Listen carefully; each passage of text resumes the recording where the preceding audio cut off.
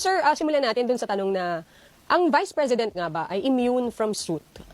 Kasi may mga nagsasabing oo, may nagsasabing hindi. Ano po ba talaga yung final?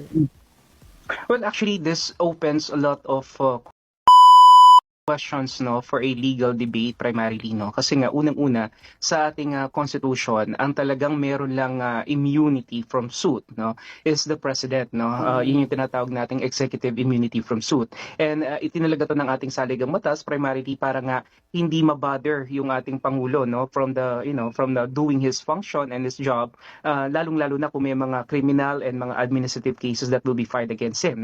Well, the same though does not really apply to the vice president, although the vice president is an impeachable officer, and that the postulation is that kinakailangan muna siyang matanggal through an impeachment process before criminal charges could actually be filed against him or against her.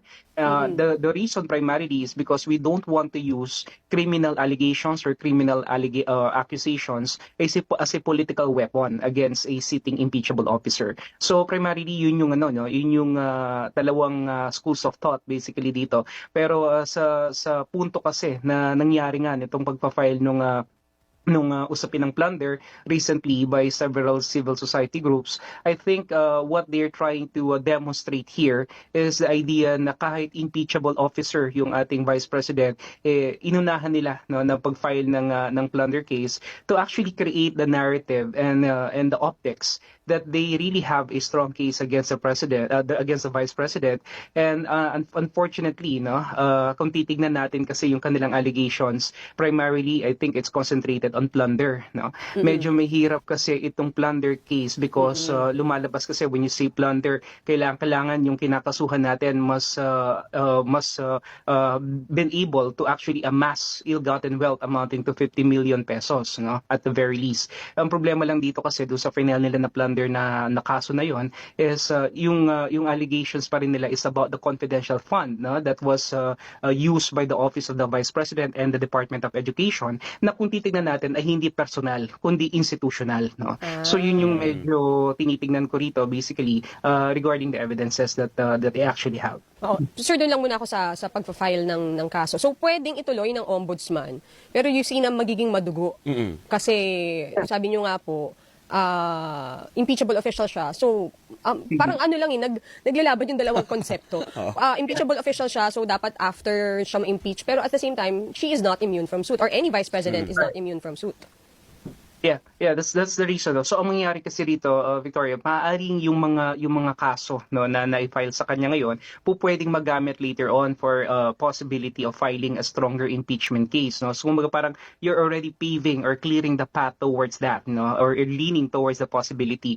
Pero yung kasing yung ombudsman kasi, we need to understand, ang gagawin lang naman talaga niya basically dito is preponderance at saka yung pagtingin dito sa mga preliminary evidences, and if the ombudsman feels that there is a strong case, then saka siya mag-elevate ng kaso, either to the Sandigan Bayan, or if it's going to be an impeachment, pwede niya rin itong i-transmit sa Congress, so that they will be able to have a stronger case build up against the vice president. So primarily yun yung trabaho rito ng ombudsman. And I think naman titingnan naman itong maigi ng ating ombudsman, and whatever ang gagawin niya rito, kung ifa-file niya sa Sandigan Bayan or sa Congress, I think that will be within the power naman talaga ng ating ombudsman. So pwede pa lang yung ganong track na pwede ring ipasa ng ombudsman sa Kongreso, at kapag ipinasa nila sa Kongreso yun, Doc Froidan, in the form of impeachment complaint ba siya? Ganun ba ang lalabas doon? Yeah, actually, this will be supplementary evidences, for the possibility of filing an impeachment complaint against the vice president mainly. So, yun nga ang nakita ko kasi rito is primarily nga yung optics, and the narrative that they would like to create is very very obvious, especially yung mga napakaraming papel, na mga sinasabi nila ng evidences. Pero hindi ko kasi makuha dito is that kung plunder ang fina-file nila na kaso, why are they asking the vice president to actually open up yung kanyang bank accounts? Kasi when you file a criminal case like plunder, the burden of proof actually rests upon the people who are filing it, no? So in short, dapat may ebidensya ka na to begin with, no? And ang nangyari dito, parang they're asking the Vice President to submit, no, yung kanyang bank account so that magiging stronger yung case nila. So in short, parang nag-file sila ng plunder, pero parang it's based mainly on a guess that the Vice President may have actually amassed ill-gotten wealth for herself in the form of in line with her confidential funds. No, in short, wala pang malinaw na justification. So maganda to, no? Actually, yung ginawa nila to get the attention. If the goal was really to get the attention, I think they were able to do so. If the goal was actually to substantiate yung path nearing towards the filing of another impeachment, then I think it's also good. Pero kasi ang tinitingnan dito ng ating mga kababayan, mainly yung tinatawag nga natin na selective outrage, no? Kasi kung titingnan natin, the group actually, though they filed a case against the Vice President, I think they are very, very silent on the other allegations of massive corruption, systemic corruption against the president, no? Kasi kung ito talaga ay masasabi natin na talagang patas ang pagtingin nila, no, at ang kalaban talaga nila rito ay corruption at hindi lamang yung isang institusyon o yung isang tao, I think they also have filed the same thing with in the case of the president. So, Doc Froy, nakikita nyo ba na, kasi ang sabi ni VP Sara, it's a fishing expedition. Kung ganito, na parang hindi pala matibay pa yung ebidensya, anong masasabi nyo doon sa ganung statement ng Vice Presidente? Well, I think it really redounds to that, no? Kasi kung lumalabas talaga parang nag-file ka ng impeachment or rather ng plunder case, but you don't really have strong evidence to back it up, no?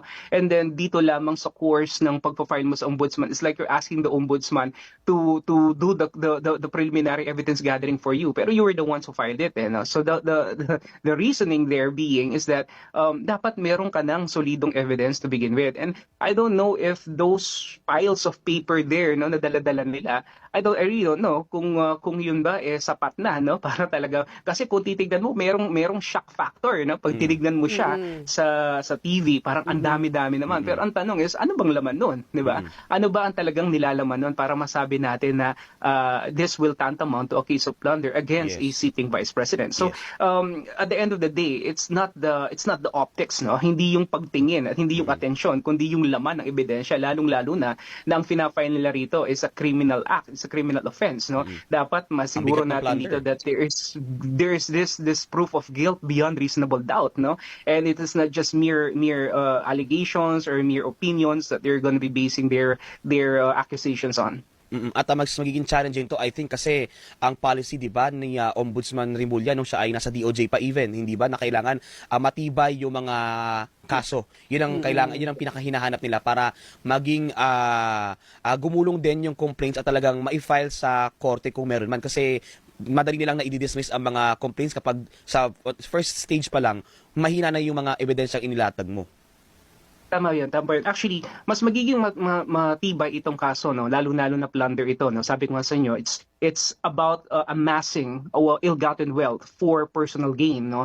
So kung sana dito ang magiging batayan nila ng kaso nila, halimbawa ay yung kickbacks from contractors kung meron man, no? O kaya yung mga pera na directly napunta sa kanya, no? Na hindi dumaan sa institusyon kagaya halimbawa nitong Office of the Vice President and the DepEd. And syempre itong confidential fund kasi medyo para sa akin mahina ito talaga, primarily because the COA already made their rulings on this, number one.